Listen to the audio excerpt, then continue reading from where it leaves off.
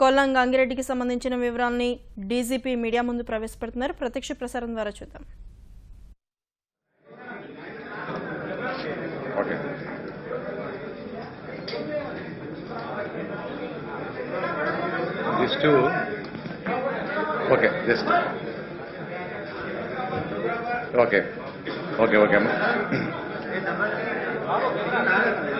So can we have your attention, please? Good afternoon, everybody. అంతర్జాతీయ ఎర్రచందనం smuggler Kollam గంగిరెడ్డిని పోలీసులు హైదరాబాద్ తీసుకొచ్చారు.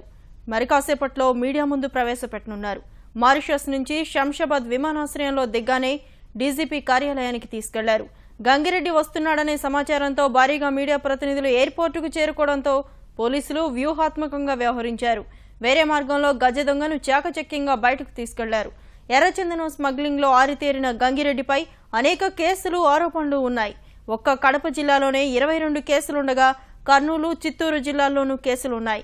2003లో అలిపిరి వద్ద ముఖ్యమంత్రి చంద్రబాబుపై బాంబు దాడిలోనూ గంగిరెడ్డి నిందితుడిగా ఉన్నాడు. 2014 తెలుగుదేశం అధికారంలోకి రాగానే విదేశాలకు పారిపోయాడు.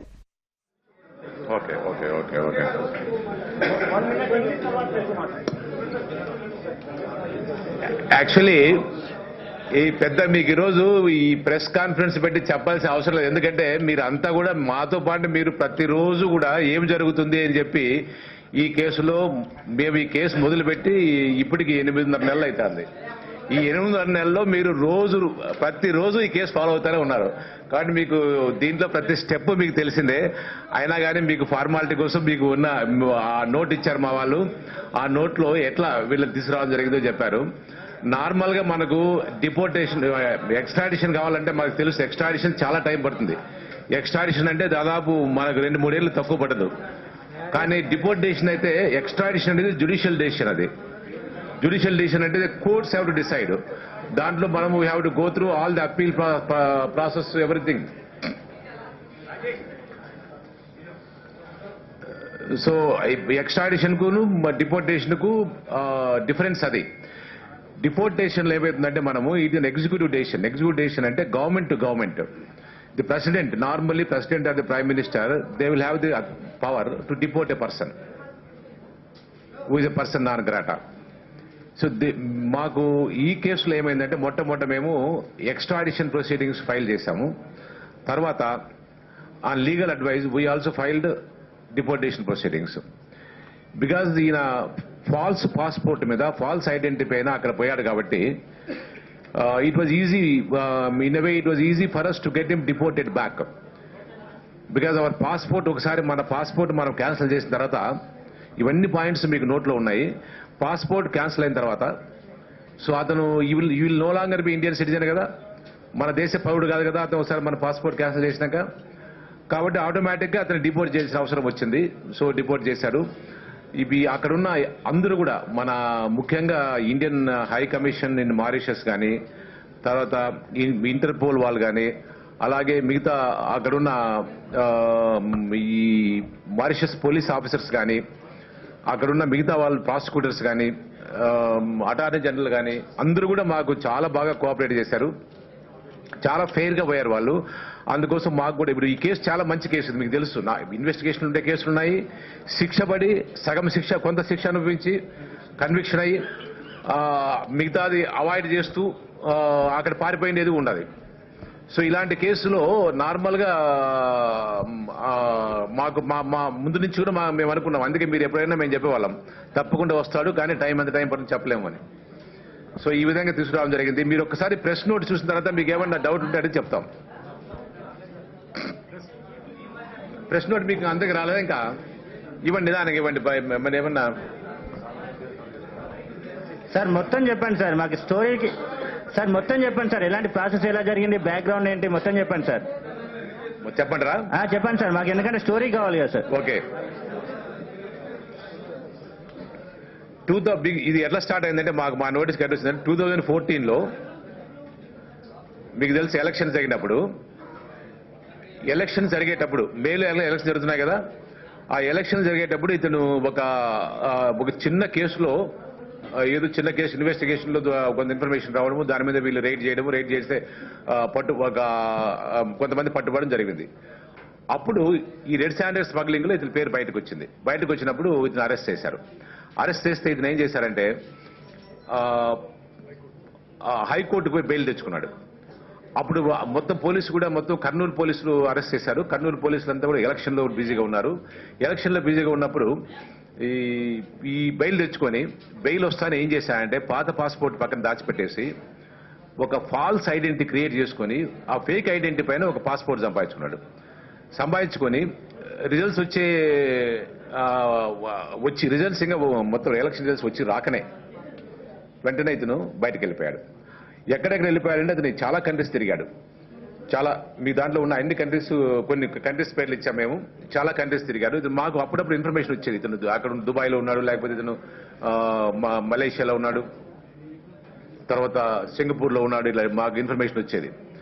సో వచ్చిన మాకు కొంత ఈ పాస్పోర్ట్ డీటెయిల్స్ అనేది సంపాదించి ఈ కేసు చేసి తర్వాత మనము పాస్పోర్ట్ ఆఫీసర్ని అప్రోచ్ అయ్యి ఎక్స్టర్నల్ అఫైర్స్ మినిస్ట్రీని అక్కడ ఇతని పాస్పోర్ట్ క్యాన్సిల్ చేయించడానికి కొంచెం టైం పట్టింది. సో పాస్పోర్ట్ క్యాన్సిల్ అయిన తర్వాత ఈ బికేమ్ ఏ ఫిగటివ్. అతనికి ఇంకా మన మన మన దేశంతో సంబంధం తెగిపోయింది మన పాస్పోర్ట్ మనం క్యాన్సిల్ చేసిన తర్వాత. ఆ తర్వాత ఏమైందంటే మనం ఇతను ఎలాగైనా మనం ఎక్కడ ఉంటాడో ట్రాక్ చేద్దామని చూస్తుంటే ఇతను కంట్రీ నుంచి ఇంకో కంట్రీకి, ఒక దేశం నుంచి ఇంకో దేశం తిరిగేవాడు. తిరుగుతున్నప్పుడు ఏం చేసేవాడంటే ఒక కంట్రీలోకి పోయిన తర్వాత అక్కడ ఏదో టూరిస్ట్ వీసా పైన వాటిపైన పోతాడు. ఆ కంట్రీలో ఎయిర్పోర్ట్లో దిగుతానే ఒక అడ్రస్ ఇవ్వాలి అక్కడ మనం, అక్కడ రెసిడెన్షియల్ అడ్రస్ మనం, అంటే ఆ కంట్రీలో ఉన్నంత కాలం మనం ఎక్కడ ఉంటామని ఆ అడ్రస్ ఇచ్చేది. బట్ ఆ అడ్రస్లో ఎప్పుడు ఉండేవాడు కాదు. ఇదే పని ఇక్కడ కూడా చేశాడు మారిషస్లో కూడా. కానీ మారిషస్లో అడ్వాంటేజ్ ఏమైందంటే మనకు అతను వేరే కంట్రీ నుంచి మొరాకో నుంచి టికెట్ బుక్ చేసుకున్నప్పుడు లక్కీగా మనకు ఆ ఇన్ఫర్మేషన్ దొరికినప్పుడు మనం ఇంటర్పోల్ను అలర్ట్ చేయడము, మారిషస్ పోలీస్ అలర్ట్ చేయడము వలన ఏమైందంటే ఎయిర్పోర్ట్లో సెయింట్ లూయిస్ ఎయిర్పోర్ట్లోనే ఇతన్ని అరెస్ట్ చేయడం జరిగింది. So that was a big advantage. అంతవరకు మాకు ఇది ట్రాక్ దొరకలే. అప్పుడు ట్రాక్ దొరుకుతానే ఇతను అక్కడ అరెస్ట్ చేశారు. అరెస్ట్ చేసి అతను జైల్లో పెట్టారు. ఇప్పుడు మనకు హ్యాండ్ ఓవర్ చేసే వరకు వాళ్ళ కస్టడీలో ఉన్నారు.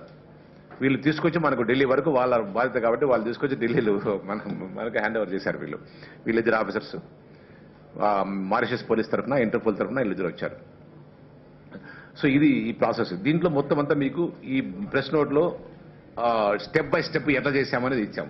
తర్వాత ఇతని క్రిమినల్ హిస్టరీ కూడా ఇచ్చాం. మొత్తం క్రిమినల్ హిస్టరీ ఇతను మొట్టమొదట ఎట్లా చిన్న చిన్న క్రైమ్స్ మొదలుపెట్టి ఎట్లా ఇదయ్యాడు, తర్వాత మర్డర్స్ చేశాడు, తర్వాత మర్డర్ కేసులో కన్విక్షన్ కూడా వచ్చింది, అయితే శిక్ష పడింది. తర్వాత చాలా కొంచెం పాలిటిక్స్ లో డాబుల్ చేశాడు. తర్వాత ఇతను ఈ దొంగసారా అమ్మడము ఇలాంటివి కూడా చేశాడు, తయారు చేయడం ఇవి కూడా. ఆ తర్వాత ఈ రెడ్ శాండర్స్ లో బాగా ఉందని చెప్పి ఆ రెడ్ శాండర్స్ లో దిగాడు. రెడ్ శాండర్స్ దిగిన తర్వాత ఇతని ఇన్కమ్ చాలా పెరిగింది. తర్వాత ఇతనికి విపరీతమైన ప్రాపర్టీస్ కూడా చాలా ఉన్నాయి. ఈ ప్రాపర్టీస్ పెద్ద లిస్ట్ ఉంది మా దగ్గర, కానీ మరి ఆ లిస్ట్ ఇవ్వద్దు తెలియదు. కానీ దాన్ని ఎన్ఫోర్స్మెంట్ డైరెక్టరేట్ వాళ్ళు ఎంక్వైరీ చేస్తున్నారు. ఎన్ఫోర్స్మెంట్ డైరెక్టరేట్ వాళ్ళు ఈ కేసు కట్టుకొని విచారణ చేయడం జరుగుతుంది. కాబట్టి ప్రాపర్టీస్ కూడా కాన్ఫిస్కేట్ చేసే అవకాశం ఉంది. మన చట్టం కింద మనము ప్రాపర్టీస్ కాన్ఫిస్కేట్ చేయాలంటే అమెండ్మెంట్ కావాలా మన చట్టానికి. దానికి అమెండ్మెంట్ కూడా ప్రపోజల్ పంపడం జరిగింది.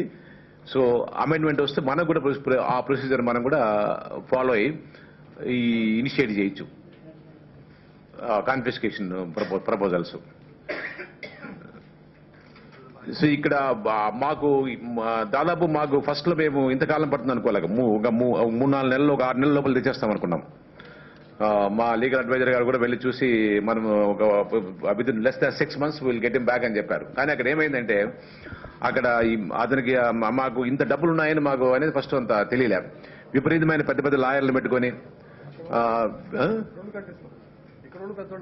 ఇక్కడి నుంచి తీసుకెళ్లి అక్కడ పెద్ద లాయర్లు పెట్టుకుని మేము పెట్టుకుని అసలు మేము ఫైట్ చేస్తుంటే అక్కడి నుంచినే పెద్ద పెద్ద లీగల్ ల్యూమినరీస్ అంతా వచ్చి అక్కడ ఫైట్ చేయడంతో ప్రతిసారి పోస్ట్ పోన్ చేయడము.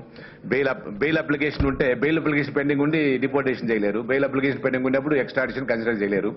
కాబట్టి ప్రతిసారి ఏదో బెయిల్ వేయడము, ఏదో ఒంట్లో బాగాలేదనో, లేకుంటే హాస్పిటల్ అడ్మిట్ కావడము, ఇంకోటి చేయడము, ఇంకోటి లీగల్ గా మీకు తెలుసు కదా ఎలాంటి హర్డిల్స్ క్రియేట్ చేస్తారు. ఇలాంటి హర్డిల్స్ అన్ని క్రియేట్ చేసినందువలన ఇంతకాలం 8 నెలల పైన పట్టింది మాకు ఇప్పుడు ఇతన్ని మనం తీసుకురావడానికి. సో బట్ ఈ 8 నెలలు కూడా పీరియడ్ కూడా తిరుమలరావు గారు చెప్పినట్లు ఇది షార్ట్ పీరియడే. నార్మల్ గా మీకు ఎక్స్ట్రాడిషన్ కు డిపోర్టేషన్ కు ఎక్కువ టైమే పడుతుంది. మిగతా కేసులో కూడా ఇట్లాంటి తక్కువ టైం పట్టిన కేసులు మన దగ్గర ఈ మధ్య చాలా కొన్ని కేసుల్లో 10 ఏళ్ళు పట్టినవి కూడా ఉన్నాయి. సో ఇది మనకు మీకు తెలుసు ఇప్పుడు రెడ్ స్టాండర్డ్స్ మీద ఎందుకు ఇంత ఎంఫసిస్ ఉందంటే, మొట్టమొదటిసారి రెడ్ స్టాండర్డ్స్ పైన ఫోకస్ ఎప్పుడు పడిందంటే ఇంటర్నేషనల్ మనకి ఎన్విరాన్మెంటల్ మీటింగ్స్ ఉంటాయి కదా, ఇంటర్నేషనల్ మీటింగ్స్ లో ఈ రెడ్ స్టాండర్డ్స్ అనేది ఎండేంజర్ స్పీసీస్ కింద రికగ్నైజ్ చేసి ఈ రోజు రెడ్ స్టాండర్డ్స్ చెట్టు దానికి ఎవరు గవర్నమెంట్ కదా, కానీ గవర్నమెంట్ కూడా రెడ్ స్టాండర్డ్స్ చెట్టు కొట్టే ఇది లేదు. మనం ఏమున్నా ఇప్పుడు మనం ఆక్షన్ పెట్టేటువంటి కూడా వేరే వాళ్ళు కొట్టి స్మగ్లర్స్ కొట్టి తీసుకెళ్తుంటే వాళ్ళని మనం పట్టుకొని సీజ్ చేసి పోలీస్ కానీ ఫారెస్ట్ డిపార్ట్మెంట్ కానీ సీజ్ చేసి మన దగ్గర గోడౌన్లో పెట్టుకున్న వాటికే మనం ఆక్షన్ పెడుతున్నాము. అంతేగాని మనం కొట్టి ఆక్షన్ పెట్టట్లే. అదే నేరం చేసేవాడు ఎప్పుడు ఒకసారి దొరక్కపోడు. అంటే crime is not paying, there may be delay but will be caught అని చెప్పడానికి ఈ గంగిరెడ్డే మనకు చక్కని ఉదాహరణము. ఇన్ని కేసులు 28 కేసులు ఉన్నాయి. మా పోలీస్ కేసు 28, ఇంకా ఫారెస్ట్ లో చాలా కేసులు ఉన్నాయి. ఫారెస్ట్ కేసుల నుంచి మేము మాట్లాడలేదు. ఫారెస్ట్ కేసులు ఉన్నాయి, అవి కాకుండా మా పోలీస్ కేసులు 28 కేసులు ఉన్నాయి. సో ఈ ఒకటేమంటే మాకు నార్మల్ గా వేరే కంట్రీ నుంచి తేవాలనుకున్నప్పుడు చాలా టైం పడుతుంది. కానీ ఇక్కడ వీళ్ళు ఆ గవర్నమెంట్ కానీ లేకపోతే అక్కడ ఉన్న అఫీషియల్స్ కానీ కోఆపరేట్ చేసినందువల్ల సో తొందరలో తీసుకురాగలిగాం. ఇంకా మీకు ఏమైనా డౌట్లు ఉంటే మీరు ఏమైనా క్వశ్చన్స్ అడగాలంటే అడగచ్చు. పొలిటికల్ సపోర్ట్ ఎంతవరకు వన్ బై వన్ అండి. పొలిటికల్ ఇప్పుడు మేము ఇతని కోర్టులో అంటే ఇప్పుడు ఇతని పైన చాలా కేసులు ఉన్నాయి కదా. మొట్టమొదటిసారి ఏమి డిసైడ్ చేశామంటే ప్రొద్దుటూరు కోర్టులో హాజరుపరచాలి. ఎందుకంటే కన్విక్షన్ ఉంది, అక్కడ కన్విక్షన్ ఉంది కాబట్టి ఆ సెంటెన్స్ ఆయన అండర్గో కావాలి కదా. ఇప్పుడు ఆ శిక్ష తప్పించుకొని బయటికి పారిపోయాడు, మిగిలిపోయిన శిక్ష దాదాపు ఎంత 2 ఏళ్ళు 3 ఏళ్ళ వరకు 18 మంత్స్ శిక్ష ఇంకా మిగిలింది. ఆ శిక్ష ఇతను అనిపించాలి కాబట్టి ఇప్పుడు ఫస్ట్ పొజిటివ్ కోర్టులో పెడతాం. తర్వాత మిగతా కేసుల్లో ఐఓలు ఇన్వెస్టిగేటింగ్ ఆఫీసర్స్ ఎవరెవరి దగ్గర కేసులు ఉంటే వాళ్ళంతా కూడా ప్రొడక్షన్ వారెంట్ మీద తీసుకొని ఇతను ఇంట్రాగేట్ చేయాలి. సార్ ఇప్పుడు సహకరించారు సార్ మన దగ్గర ఇప్పుడు ఉన్నటువంటి స్మగ్లర్స్ లో రెడ్ స్టాండర్డ్ స్మగ్లర్స్ లో గంగిరెడ్డి 5 మందిలో ఒకటిగా ఉన్నారు సార్. టాప్ 5 లో ఒకటిగా గంగిరెడ్డి టాప్ 5 లో ఒకటిగా ఉన్నాడు. కానీ అందరినీ వదిలిపెట్టేసి కేవలం గంగిరెడ్డి కోసమే మీరు వేరే దేశానికి వెళ్ళి పట్టుకురావడం కావచ్చు. అదేవిధంగా మన దగ్గరనే చిత్తూరులోనే ఒక ప్రముఖ స్మగ్లర్ ఉన్నాడు, అతన్ని కూడా మీరు వదిలేసి ఇతని కోసం అంత రిస్క్ తీసుకోవడంలో ఏమైనా ఉందా? Don't tell me your opinion. I should know who is more important. Can you agree? You see, we have not left any top smuggler. All these top smugglers whom we have listed, we have got a confidential list, and some of the, I think some of you people have managed to get that list also, and I saw in some papers publishing that list.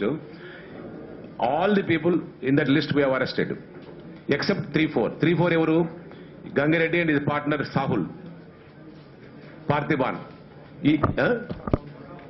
Sahul boy, and this 3-4 fellows only left out. Sahul is now in Dubai. We are also trying to get him. We have got information about him and all that. In fact, our people succeeded in arresting his son. His son, some time back he got married in Dubai. Marriage అయినప్పుడు ఇక్కడి నుంచి ఒక special flight book చేసుకుని అక్కడికి వెళ్ళారు. ఆ flight వెళ్ళిపోయినాక 3-4 రోజులకు అంత పేపర్లో టీవీలోనే వచ్చింది ఫ్లైట్ బుక్ చేసుకుని పోయారని. కానీ వెళ్ళిపోయే ముందు తెలియలేదు. సరే మేము వాచ్ పెట్టాం. వాచ్ పెడితే ఒక 3-4 మంత్స్ తర్వాత మాకు ఈ సక్సెస్ అరెస్టింగ్ ఇస్తాం. ఇప్పుడు ఆ సన్ పోలీస్ అరెస్ట్ చేశాం, మన ఆంధ్ర పోలీస్ అరెస్ట్ చేశారు. అలాగే వీళ్ళని ఎవరిని వదిలిపెట్టమండి. ఇతని మీద పెద్ద మాకేం పెద్ద లవ్ లేదు, పెద్ద హేటు లేదు. సార్ అంటే లేదు సార్, అంటే సార్ మా క్వశ్చన్ లేదు సార్. నా క్వశ్చన్ ఏంటంటే ఇప్పుడు మన దగ్గరనే చిత్తూరులోనే ఒక ప్రముఖమైనటువంటి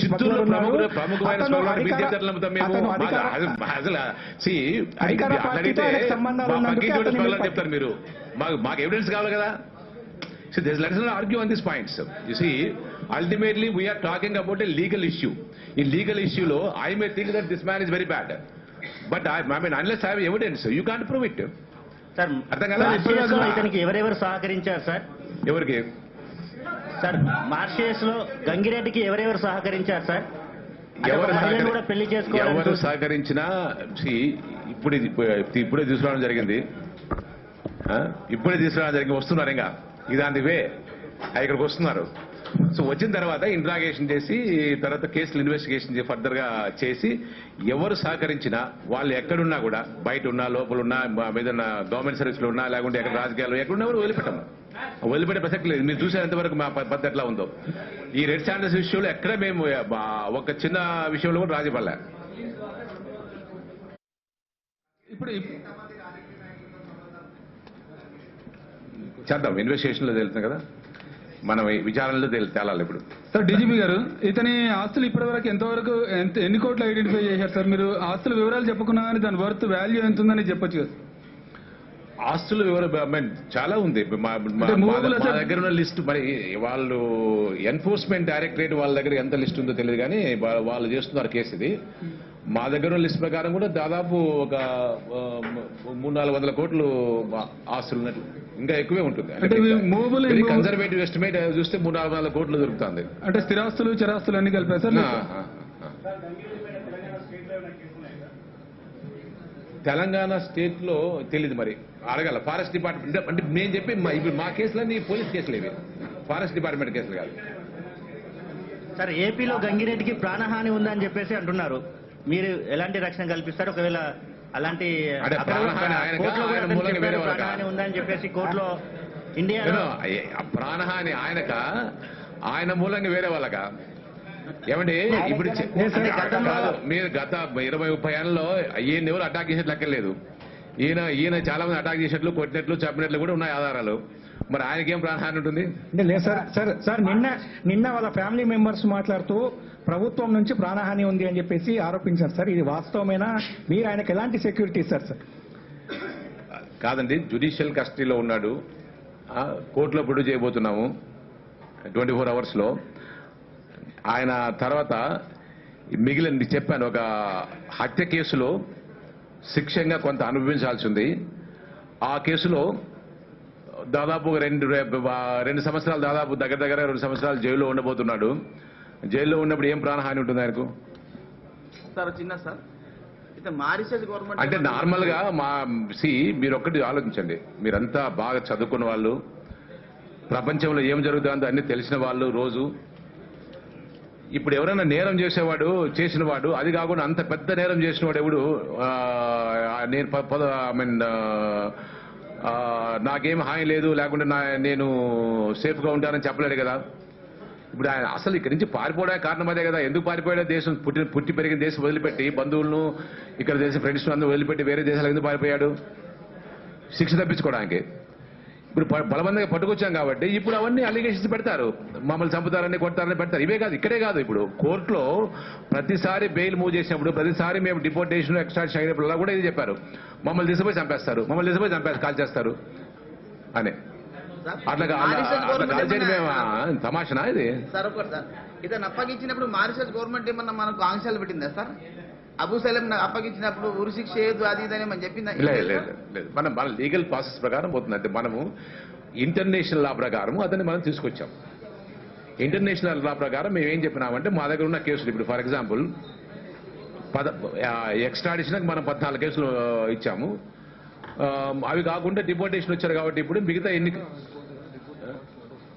ఆంక్షలు ఏముండవు. ఎక్స్ట్రాడిషన్లో అయితే ఆంక్షలు పెట్టే అవకాశం ఉంది, కోర్టు కండిషన్స్ పెట్టచ్చు. డిపోర్టేషన్ లో ఫ్రీ. మనము మన చట్ట ప్రకారము, మన చట్టాల్లో ఉన్నటువంటి ప్రొసీజర్ ప్రకారము మన దగ్గర ఉన్న కేసులన్నీ కూడా మనం విచారించుకోవచ్చు. జైల్లో ప్రత్యేక సదుపాయాలు ఏమి ఉండవు, అట్లా ఏం లేదు. అంటే జైల్లోనే హత్యలు జరిగిన సంఘటనలు గతంలో ఉన్నాయి కదా సార్, ఇప్పటి కూడా జ్యుడిషియల్ రిమాండ్ లో ఉన్నారు అంటున్నారు. అతని ప్రాణహానికి అవునండి, ప్రపంచంలో జరిగింది ఎవరింది? ప్రెసిడెంట్లు, ప్రైమ్ మినిస్టర్లు కూడా అది చేసిన కేసులు ఉన్నాయి కదా. దానికి ఏం చెప్పాలా చెప్పండి మీరే? జైల్లో ఏం ప్రొటెక్షన్ ఇవ్వమంటారు? జైలే పెద్ద ప్రొటెక్షన్, అంతకంటే ప్రొటెక్షన్ అవసరం లేదు సార్. ఒక చిన్న ఎర్రచందనం కూలీ దగ్గర నుంచి ఇంటర్నేషనల్ స్మగ్లర్ వరకు ఇంతమందిని అరెస్ట్ చేసినా ఎర్రచందనం ఎందుకు కంట్రోల్ కాలేకపోతుంది సార్? అంటే ఎందుకని అందరినీ అరెస్ట్ చేసి? చాలా మంచి ప్రశ్నే. ఏమైతుందంటే, మీరు ఈ మధ్యనే ఒక ఒక రిపోర్ట్ ఇచ్చారు మా వాళ్ళు. పెద్ద పెద్ద స్మగ్లర్స్ అరెస్ట్ చేస్తే వాళ్ళ కింద ఉండే ఉంటారు కదా, నెక్స్ట్ వాడు డ్రైవరు లేకుంటే కుక్ వాడు ఇప్పుడు డిక్లేర్ చేస్తున్నాడు నేనే 4 మొదలు పడిపోయి అమ్మినా డబ్బులు వస్తాయి. సో అందుకోసము మనం దీన్ని ప్రభుత్వం అయితే చాలా గట్టిగా ఉంది కంట్రోల్ చేయాలని. మేము కూడా ప్రయత్నం చేస్తున్నాం. కానీ ఎంత ప్రయత్నం చేసినా ఇప్పుడు పెద్ద పెద్ద లెవెల్లో పోయేటువంటి పెద్ద పెద్ద లారీలు మామూలుగా ఇంతకుముందు ఈ మన షిప్పుల్లో పోతాయి కదా, ఇట్లాంటి కొంత తగ్గాయి. కానీ బట్ చిన్న చిన్నవి హెడ్ లోడ్స్ పోయేటివి ఇంకా పోతుంటాయి. వారు అన్ని ప్రాణ దగ్గర చేసేవాడిని కొంచెం కంట్రోల్ చేయడం కష్టమే. సో అందుకోసం మేము కూడా చాలా ఇప్పుడు ఎఫర్ట్ చేస్తున్నాము. ఇప్పుడు రకరకాలుగా టెక్నికల్గా, అందుకే ఇప్పుడు ఈ మధ్య మీటింగ్ పెట్టినప్పుడు ముఖ్యమంత్రి గారి దగ్గర ఏం డెసిషన్ జరిగిందంటే చుట్టూ ట్రెంచ్ కొట్టాలని, ఫారెస్ట్ చుట్టూ ట్రెంచ్ కొట్టి, అలాగే వస్తారు చెప్తారు పిలుస్తారు ట్రెంచ్ కొట్టాల. తర్వాత రెండోది ఏమంటే అక్కడ ఈ కెమెరాస్ పెట్టడము, ఇట్లా ఒకటి చేస్తున్నారు. అది కాకుండా ఇంకా కొంత ఏమన్నా మనము సార్ ఇప్పుడు డోన్ కేసులో అతను బెయిల్ పొంది పారిపోవడం జరిగింది. ఇప్పుడు కర్నూలు పోలీసులపై దీని విషయంలో ఏమైనా చర్యలు తీసుకునే అవకాశం ఉందా? బెయిల్ పొంది పారిపోయినప్పుడు పోలీస్ పని ఏం చేస్తాం మనం? అంటే అతని పైన నిఘా పెట్టలేకపోయింది ఏదైనా? బెయిల్ వచ్చినాక ఆఫ్టర్ ఆల్ కేసులో బెయిల్ వచ్చిన తర్వాత మంది డెమోక్రటిక్ కంట్రీ, లిబరల్ లా, బెయిల్ వచ్చిన మనం మళ్ళీ పట్టుకోలేం కదా. మళ్ళీ నేరం చేస్తే మళ్ళీ పట్టుకోవచ్చు. కండిషన్స్ పెట్టి ఆ కండిషన్స్ వైలేట్ చేస్తే పట్టుకోవచ్చు. అంతేగాని మనం వద్దన్న వాళ్ళు బెయిల్ ఇచ్చారని చెప్పి మళ్ళీ పట్టుకోవచ్చలేదు. ఎర్రచందనం హైదరాబాద్ లో కూడా పాత పెట్టిన సంఘటనలు ఉన్నాయి. వీరికి ఉన్న హైదరాబాద్ కి లింక్స్ ఉన్నాయా? వెరిఫై చేద్దామండి, అవి కూడా చేద్దాం. ఎక్కడెక్కడ లింక్స్ ఉన్నాయో వెరిఫై చేద్దాం. కడప జిల్లా ప్రొద్దుటూరు కోర్టులో ప్రొడ్యూస్ చేయాలా ఫస్ట్, ఎందుకంటే అక్కడే కన్విక్షన్ వారెంట్ ఉంది మాకు. ఓకే అండి, okay. How long it will take for him to come?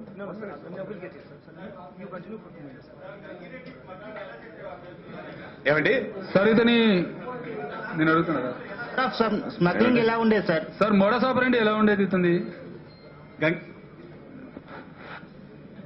మా గంగిరెడ్డి మోడస్ ఆపరెంట్ అంటే నార్మల్ గా లైక్ ఎనీ అదర్ స్మగ్లర్ ఏముంది అంటే సార్ చెక్ పోస్టులు ఉంటాయి, పోలీస్ చెక్ పోస్టులు ఉంటాయి. చిత్తూరు నుంచి రావాలంటే శేషాచలం నుంచి బయలుదేరితే మీరు ఒక 1 year నుంచి చూడండి చరిత్ర, ఎట్లా మ్యానిపులేట్ చేశారు మనకే తెలుస్తుంది. ఆర్టీసీ బస్సులు వాడారు, తర్వాత మన 108 వెహికల్ లాంటివి ఉంటాయి కదా, ఫేక్ నెంబర్ వేసుకొని, ఎందుకంటే మెడికల్ వెహికల్ కాబట్టి, ఎమర్జెన్సీ వెహికల్ కాబట్టి దాన్ని పట్టుకోరని చెప్పి అట్లాంటి వెహికల్ వాడారు. ఒక మార్గం అని కాదు, వాళ్ళు ఏ మార్గము కాదేది కవిత గహరం అన్నట్లు వీడు స్మగ్లింగ్ చేయడానికి ఏ మార్గం కూడా వాళ్ళు వదిలిపెట్టలే, అన్ని చేశారు. రాయలసీమ జిల్లాలకు చెందిన కొంతమంది అధికారుల ఇన్వాల్వ్మెంట్ కూడా గంగిరెడ్డి విషయంలో ఉంది అన్నది ఒక అంటే చెప్పాను మీకు మొదట్లోనే చెప్పాను నేను. అది ఎవరన్నా కానీ అధికార అనధికార లేకపోతే ఎవరు కొంతమందిని కూడా గుర్తించారని తెలిసింది సార్. పోలీస్ అధికారి, కడపకు చెందిన పోలీస్ అధికారి సహకరించారని ఆరోపణలు. మీకు పేపర్లో రాయడానికి పెద్ద ఎవిడెన్స్ అవసరం లేదు, కానీ మాకు ఎవరన్నా బుక్ చేయాలంటే చాలా ఎవిడెన్స్ కావాలా. ఎవిడెన్స్ ఉంటే మాత్రం ఎవరిని వదిలిపెట్టలేదు. ఆ విషయం మీకు నేను కరాకంటిగా చెప్పగలను. సరే, మావోయిస్టులకు ఇతనికి లింక్స్ ఉన్నాయా? అప్పట్లో అలిపిరి ఘటనలో సంఘటనలు కూడా అతనికి అక్యూజ్డ్ గా ఉన్నారని అన్నారు. అప్పుడు ఆ తర్వాత మళ్ళీ ఏమైనా లింక్స్ ఉన్నాయా? సీఎం కూడా